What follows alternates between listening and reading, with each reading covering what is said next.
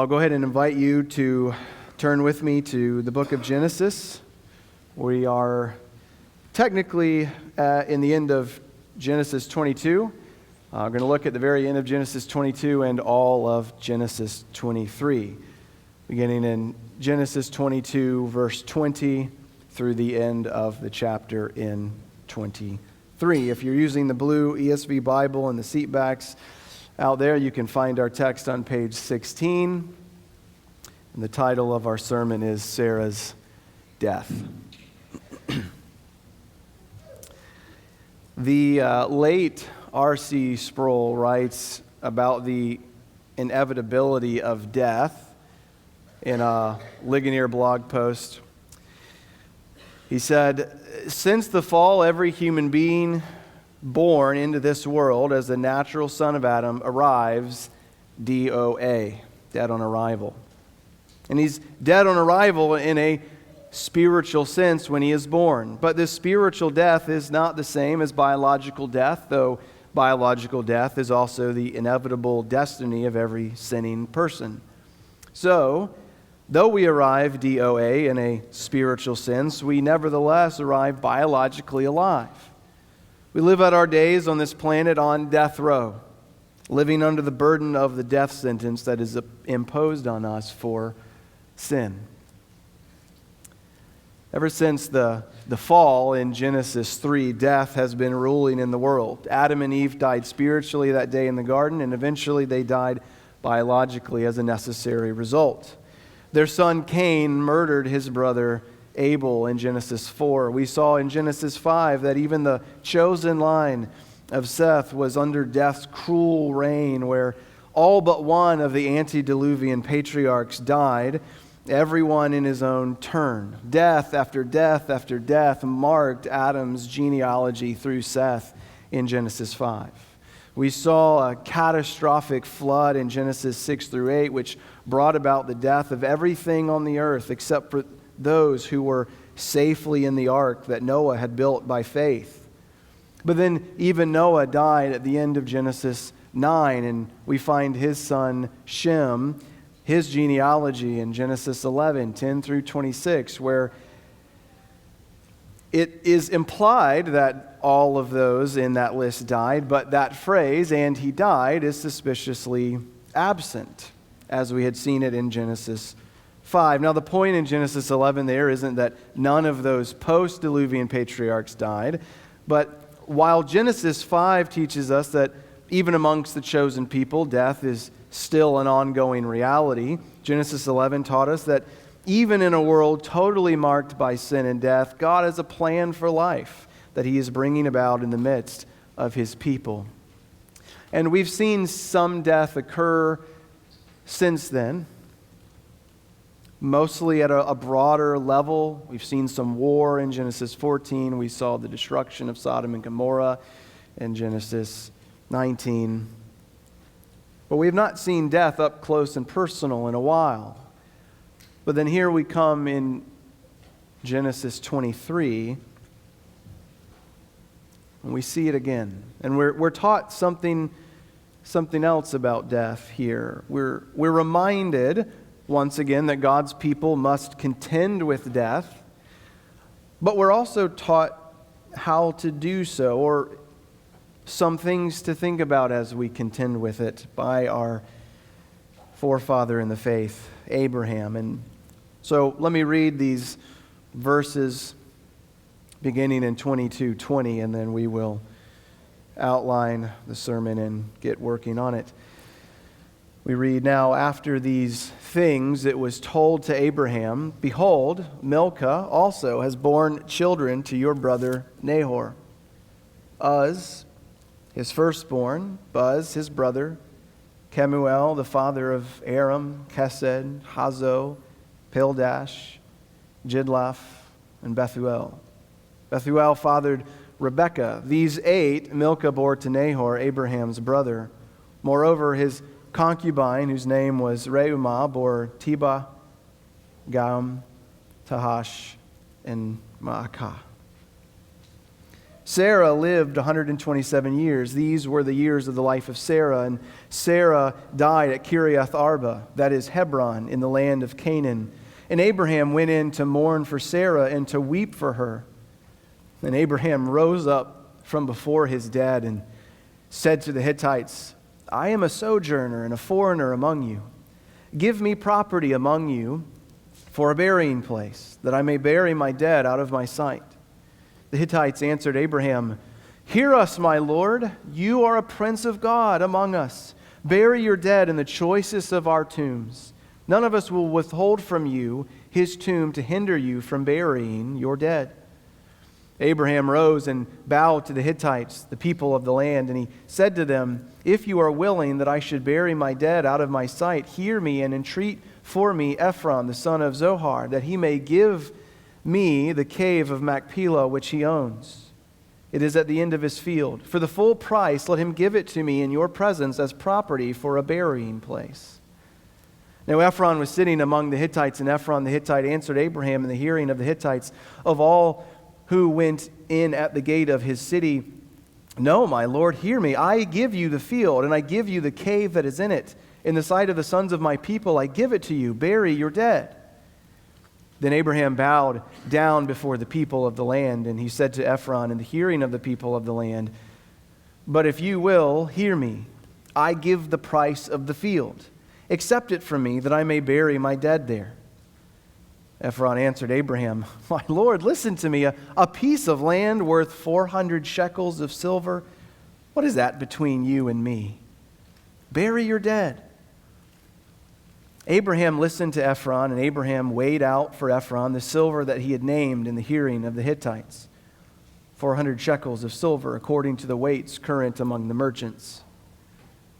So the field of Ephron and Machpelah, which was to the east of Mamre, the field with the cave that was in it, and all the trees that were in the field throughout its whole area, was made over to Abraham as a possession in the presence of the Hittites, before all who went in at the gate of his city. After this, Abraham buried Sarah, his wife, in the cave of the field of Machpelah, east of Mamre, that is Hebron, in the land of Canaan. The field and the cave that is in it were made over to Abraham as property for a burying place by the Hittites. There are four things that we need to consider together this morning from this passage. First, we'll see verses 20 through 24 at the end of chapter 22, where we learn that Abraham's brother Nahor has been quite fruitful. And then second, beginning in chapter 23 in verses 1 through 2, we see we see Sarah die and Abraham grieve over the death. And then we see, beginning in verse 3 through the end of verse 18, we see Abraham buy this cave in this field to bury Sarah. And then in verses 19 and 20, we see Abraham actually bury her. So let's look together in verses 20 through 24, at the end of chapter 22, where we see Nahor's fruitfulness. We read in verse 20 that after these things, Abraham learned something. These things, of course, refer to Abraham's obedient willingness in chapter 21 to devote his own son, Isaac, to destruction at God's command in worship to God. Yet we also see that God intervenes and prevents this sacrifice. And so sometime after this, perhaps it was several or many years later, news comes to Abraham that his brother Nahor and his wife Milcah have had some children, 8 to be sure. And he also learns that Nahor's concubine, Reumah, bore to him 4 children, bringing Nahor's children to a total of 12. And while the number of children here is surely significant to some extent, 12 children, Ishmael will have 12 children, Isaac will have 12, Jacob will have 12 children. But the names in this list generally are not of much significance other than one in particular, and that is Rebekah, the daughter of Bethuel. Well, who is Rebekah? Rebekah, you probably already know, is who will become Isaac's wife in the next chapter, in chapter 24. And so these verses at the end of chapter 22, in some ways, largely exist to foreshadow the coming marriage between Isaac and Rebekah. And they begin a transition from Abraham to Isaac. You remember that we are still currently in the generations of Terah section. It began all the way back in Genesis 11:27, and it won't come to a formal end until 25:12, with a brief section on the generations of Ishmael, which will then give way to a lengthier section, the generations of Isaac, in 25:19. And so from 22:20 through 25:19, we are really transitioning from the generations of Terah, focused predominantly on the life of Abraham, into the lives of his children. Very briefly, Ishmael, and then at length Isaac, the son of promise. And so that's really all I have to say about these opening verses here, or the concluding verses of chapter 22, is that they are, in many ways, simply there to point us forward to what's coming in chapter 24. And so let's look then in the second place, the first couple of verses here in chapter 23. We see Sarah's death and Abraham's grief. The first major event in this transitional segment is Sarah's death. We're told that she lived to be 127 years old. She died at Kiriath Arba, that is Hebron. Now we learn toward the end of chapter 22 that they had been living in Beersheba. And so it seems that sometime toward the end of Sarah's life, Abraham brought her back up to Hebron. This is where they had settled and lived pretty much all the way from Genesis 13 through Genesis 20, when they began sojourning down south in Gerar. Perhaps it was a place that Sarah loved, and she wanted to be near it as her life drew to a close. Whatever the reason for their return they did. They're back in Hebron, and she dies. And death is the prevailing theme of this narrative. Over and over, we are reminded in this passage that Sarah has died and is dead. She dies in verse 2. Abraham stands up before his dead in verse 3. He asks for permission to bury his dead in verse 4. The Hittites tell him to bury his dead and that they will not hinder him from burying his dead in verse 6. He mentions again in verses 8 and 11 this idea of burying his dead. Ephron exhorts him to bury his dead in verse 15, and then in verse 19 he buries his wife Sarah. And sort of as we saw last week with the tension between the promises and the providence of God, there's a bit more tension here. God has made promises, and yet the reality of death haunts this passage. And the text wants us to feel this tension, something that we'll come back to at the end, this tension between the promise of God and the reality of death here in Abraham's family. But look at the next part of verse 2. After she has died, we read that Abraham went in and he mourned for Sarah. He wept for her. Grief is proper in the wake of death. And I think that this is something that we've lost a bit in our culture. I don't mean to say that there is a one-size-fits-all approach to grieving, and that if your grief doesn't look exactly like what Abraham's does here, that you're doing it wrong. There are, of course, right ways and wrong ways to grieve, but grief is a very personal experience. Some grief occurs before the loss of a loved one, especially if the death is rather drawn out. At other times, because of the suddenness of a death, all the grief may come after. And not just that, but we're all different. And so it's important that we don't want to attempt to force every experience of grief into the same exact mold. But there are some extremes that I believe Abraham helps us to avoid here. First, he helps us to avoid what you call, or could call, the ditch of mournless grief. I think there's been something of an understanding in our culture that while it's okay to be sad when a loved one dies, you shouldn't be too sad. We often aren't permitted to engage in any kind of sustained lament.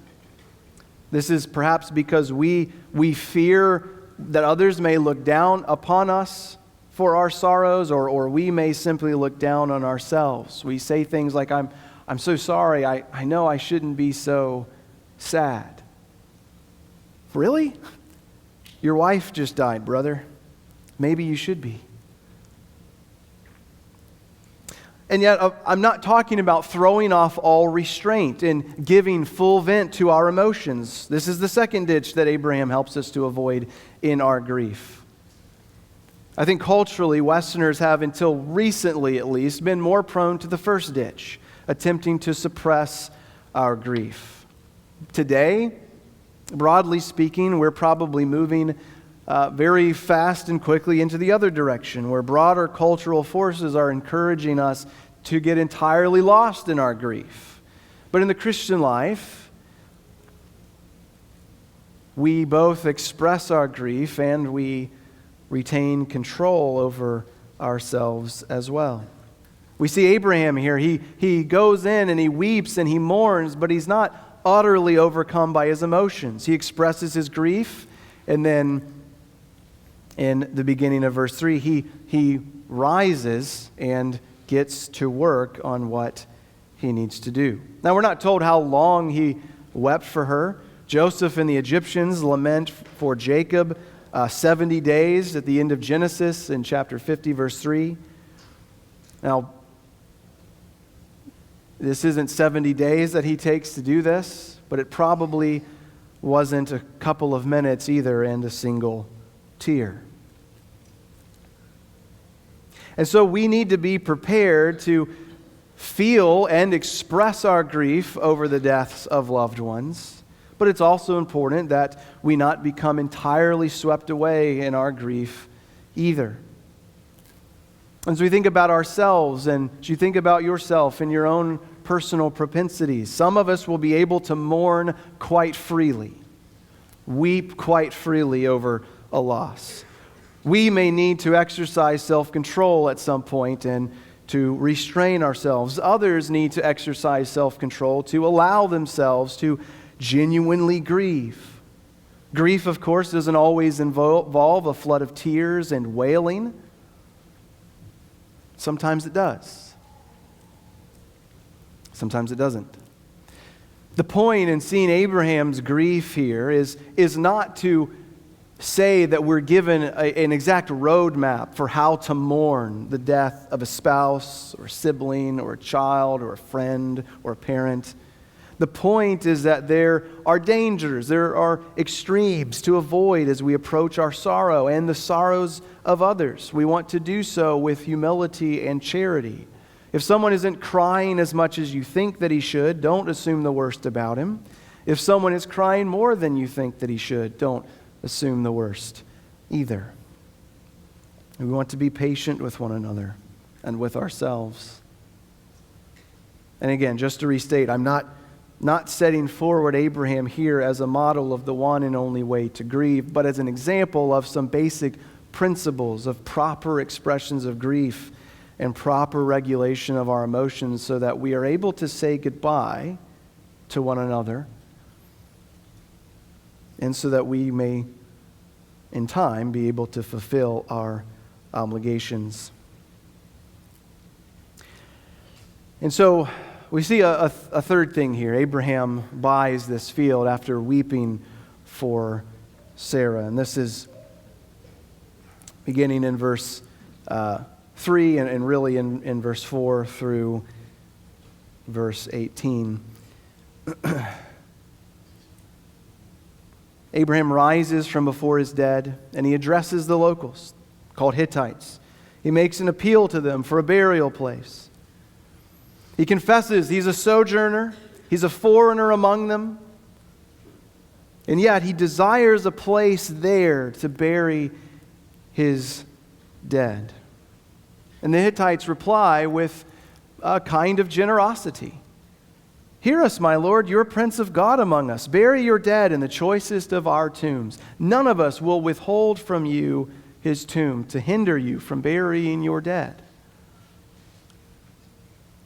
They seem to recognize, as Abimelech had in chapter 21, that God was with Abraham. They call him a prince of God, and they offer him whatever tomb he wishes. And so he asked the Hittites if they would entreat Ephron, the son of Zohar, for him. Would Ephron give to him the cave of Machpelah, which is at the end of his field? And he says, for the full price, let him give it to me in your presence as property for a burying place.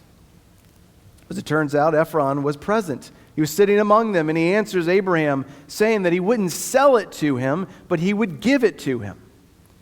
Not only does he say he will give him the cave, but he will give him the field in which the cave is found. And I have to admit, this is one of those strange scenes in the Bible that, upon first glance, it isn't always obvious what to do with. We're not given any particular commentary, either in the passage itself or really even elsewhere, about what is exactly going on here. There's no overt theological point being made, in some ways, in the whole chapter. There's a lot that can be inferred, but nothing directly stated, and so it can be tricky to know what to do with it. The exchange is a bit bizarre. There seemed to be some level of formality going on in this conversation, or these multiple conversations. There's some ancient Near Eastern customs at play here with which we may not be terribly familiar. Abraham bows twice before the Hittites after they offer him something. But notice one thing that really does stand out about this. Notice how many times we find some reference in these verses to the fact that this was not a private agreement. This was one made publicly. Abraham initiates a conversation with Hittites, plural, in verse 3. They reply and tell him that he's free to bury his dead in the choicest tomb he can find, in verse 6. He asked them to entreat Ephron for him, in verse 8.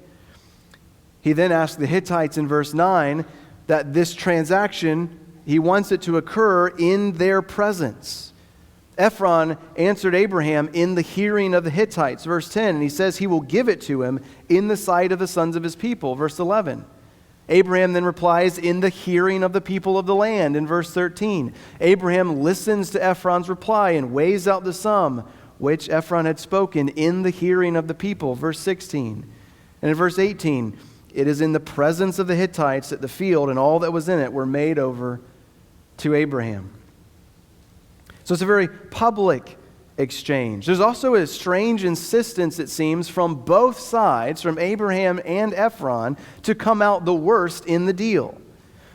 The Hittites seem intent on giving away a burial site, including Ephron, and Abraham is intent on paying for it. Abraham requests to buy the cave from Ephron, who turns around and offers it to him for free. Not just the cave, but the field that it was in. Verses 12 and 13. Abraham bows down before the people and he tells Ephron, no, I will give the price of the land. And he entreats him, accept it from my hand that I may bury my dead. But Ephron doesn't accept it, or at least not directly anyway. He looks at Abraham and he says in verses 14 and 15, no, what, a piece of land worth 400 shekels of silver? What is that between you and me? Bury your dead. Now, if Abraham had left it at that and taken the stuff for free, we might be satisfied. Well, they're all just being really polite. But in verses 16 and 17, he still weighs out the 400 shekels of silver that Ephron had named in the hearing of the Hittites. And it's only then that the field of Ephron and Machpelah, the field with the cave and all the trees and everything in it, were made over to Abraham as a possession in the presence of the Hittites before all who went in at the gate of the city. So he does buy the cave and the field after all. It seems so. In truth, it's hard to say for sure what Ephron is doing here.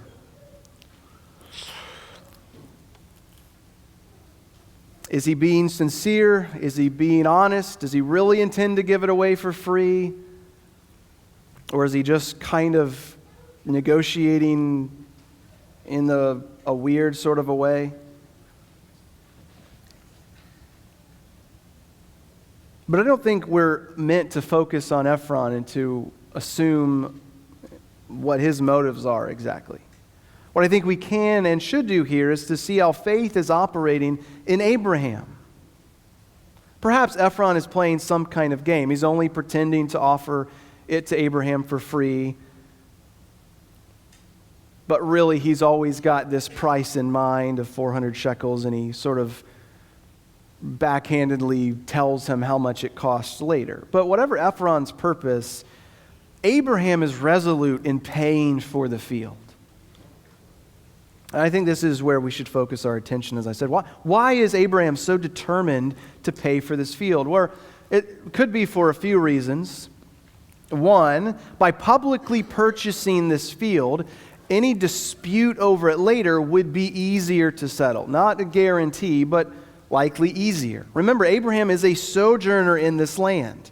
Now, this land has been promised to him by God, but he's a sojourner here, and so he's not coming to this negotiating table eager to win the best deal for himself, but he wants to rightfully purchase the land publicly so that he can be sure that he's acted with complete integrity in this matter in case he needs to defend his actions later on.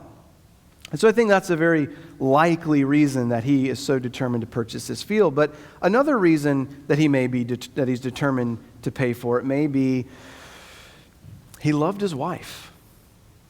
It was important to him to make sure that she wasn't buried in some totally random, cheap, super easily obtained spot. This is a bit of speculation here, I admit, but I think it makes sense. Abraham wasn't going to cheap out on Sarah. Even after her death, he wasn't going to cut all the corners that he could in order to get her buried and in the ground as efficiently as possible. We are all about efficiency in our day, but Abraham is not. Abraham had a specific place in mind in Machpelah. This was in Hebron. It was near where they had lived, where she had died. You know, it's become fairly common. I hear this a lot. People will say, hey, when I'm dead, I don't care where you bury me. I don't care what you do with me. And I suppose as far as it goes, that's probably true. Right? We probably won't be looking down from heaven in contempt on our loved ones if they bury us in the cheapest coffin, put us in the cheapest grave sites that they could get their hands on. Now, even if Abraham's actions here do not give us any direct prescription for what we must do with funeral practices, they do offer us something to consider as we think about the deaths of loved ones. Again, the point of the passage is not to condemn anyone who might, for any number of valid reasons, need to seek to save money on funeral costs, which are pretty expensive. I read in a few places this week that funeral costs in America in 2025 range from $7,000 to $12,000. Georgia averaging about $8,500.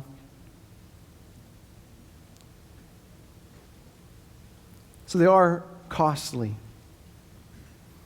But Abraham's intent to pay the full price for the cave, for the field, it does challenge us a bit.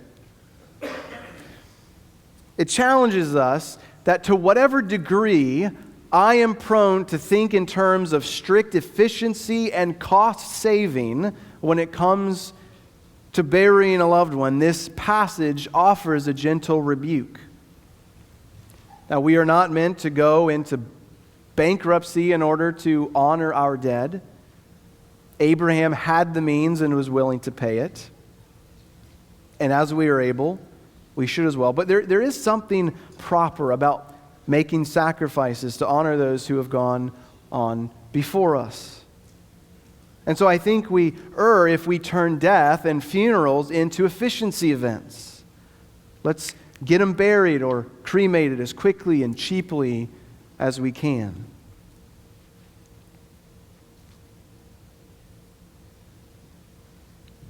And so we see this in Abraham in these verses, in this effort to purchase this field that possibly he could have gotten for free.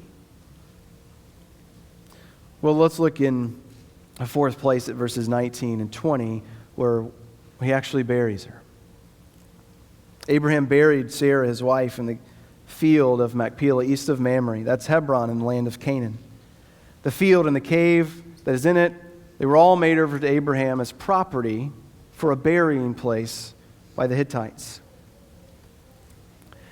And a first thing to note here in these two verses, as we've been expecting throughout the whole narrative, Abraham buries Sarah.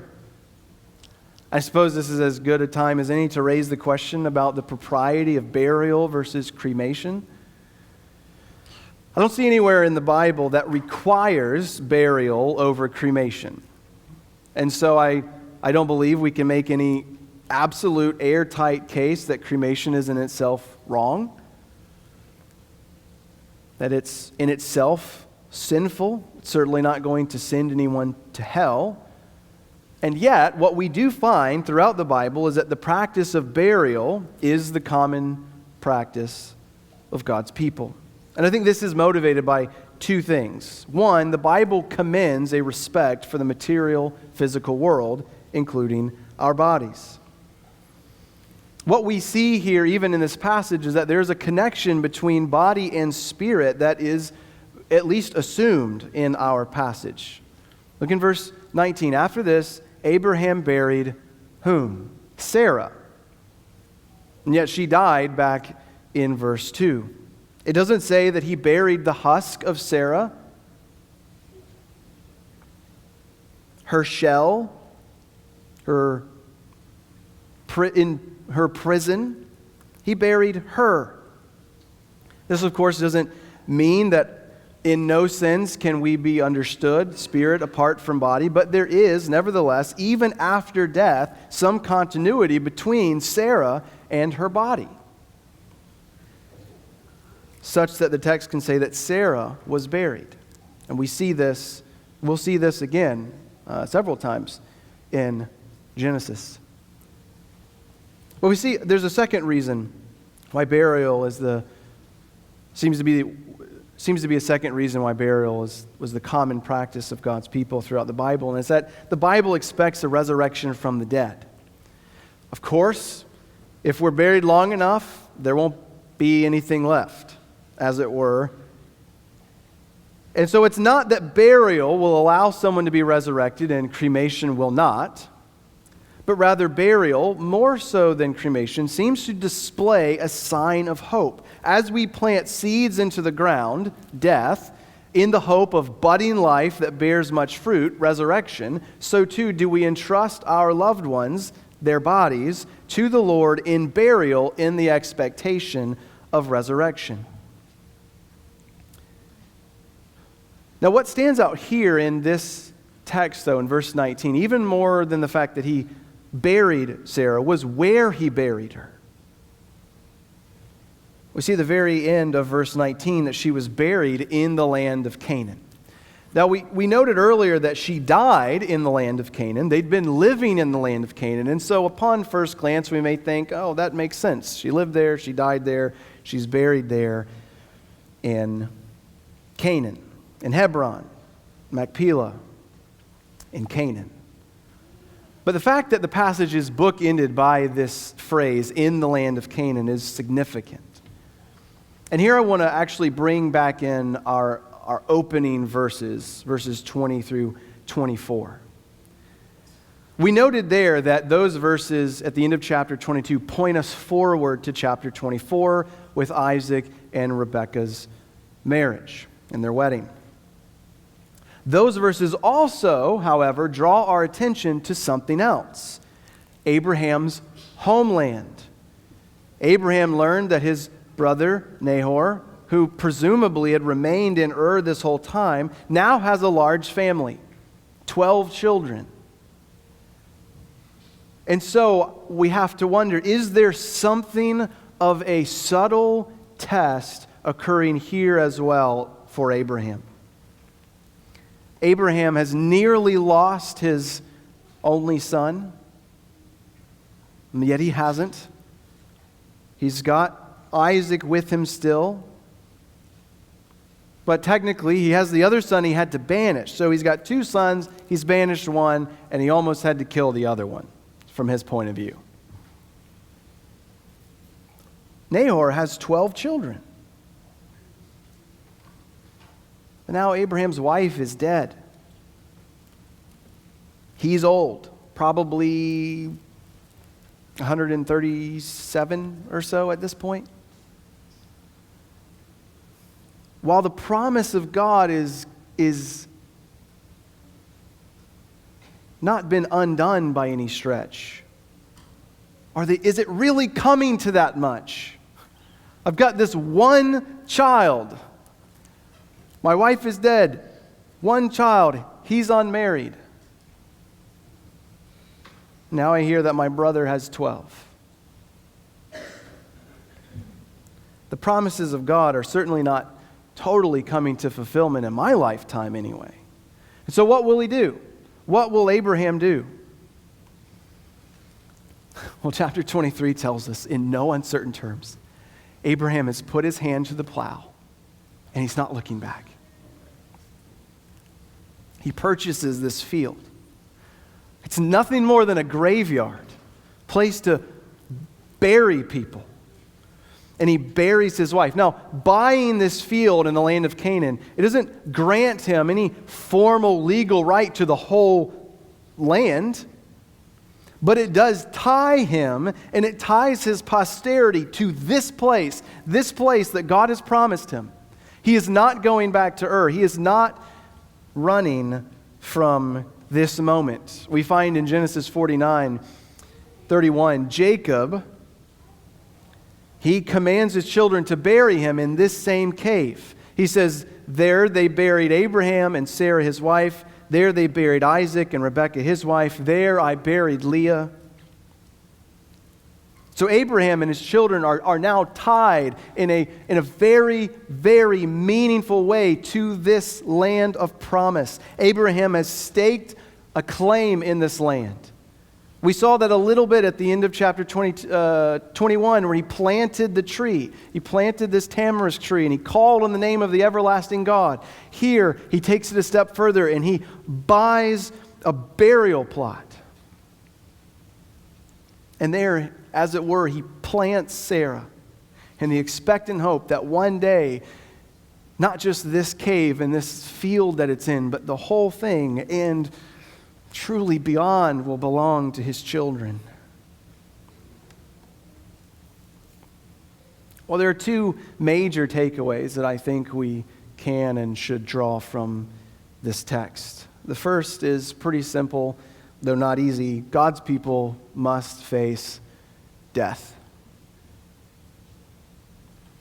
I mentioned at the beginning, it's been a while since we've seen death up close and personal in Genesis. And so perhaps as we read along, we might be tempted to forget that death is such a present threat. We saw a threat of it in chapter 22, but God almost immediately stayed Abraham's hand and he kept him from slaughtering Isaac. So we might think that for Abraham, for God's people, maybe death is not such a stark reality, and yet we're brought back to death is brought back into sharp focus here. With, by my count, 10 explicitly, almost redundantly, over-the-top references to the dead. Over and over again, she dies, she's dead, bury my dead, bury your dead. The dead, the dead, the dead. And we see it, that Abraham, the man of faith, the obedient friend of God, he cannot stay death's cruel hand from taking Sarah's life. when it was time.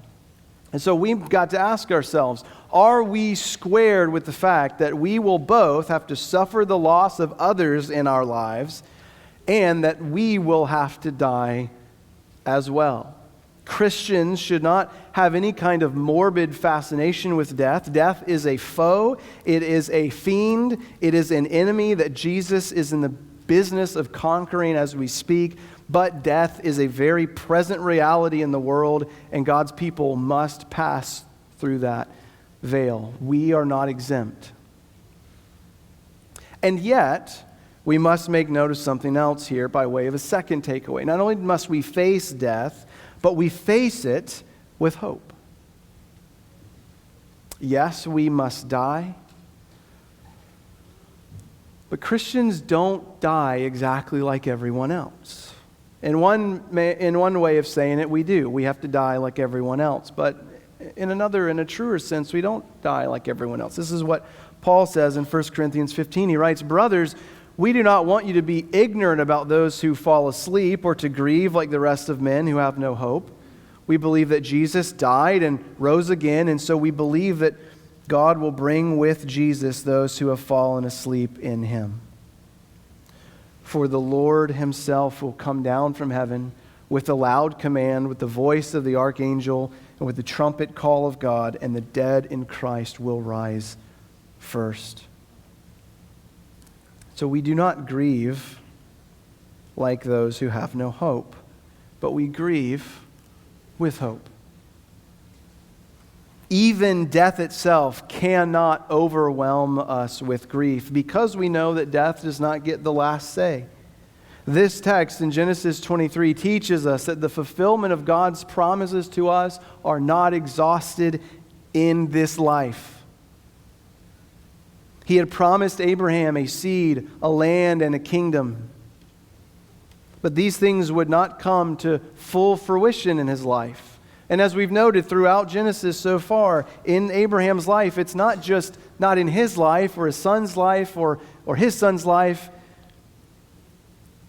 The promise of God to Abraham comes to full fruition when the blessing of Abraham comes in full to the Gentiles by faith in Jesus Christ. And so even now, we still await the fullness of God's promise, the fullness of the people of God to be brought in.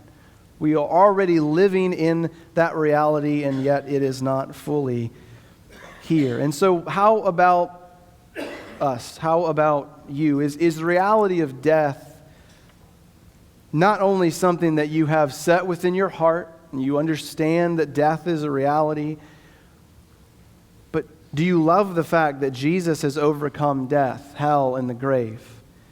And that through faith, we have already passed out of death into life, and we enjoy, in part now, resurrection.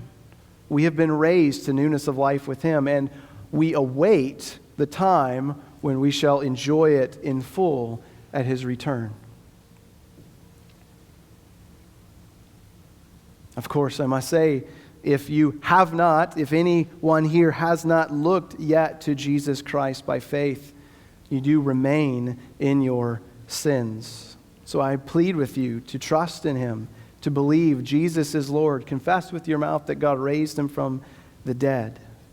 And for the rest of us, may we prepare for the day when we have to say goodbye to our loved ones, prepare for the day when we say goodbye to this world, and yet remember that it is only temporary, and that we await in faith the day when, as Jesus reminds us in Matthew's gospel, that the meek inherit not Canaan, but the entire world.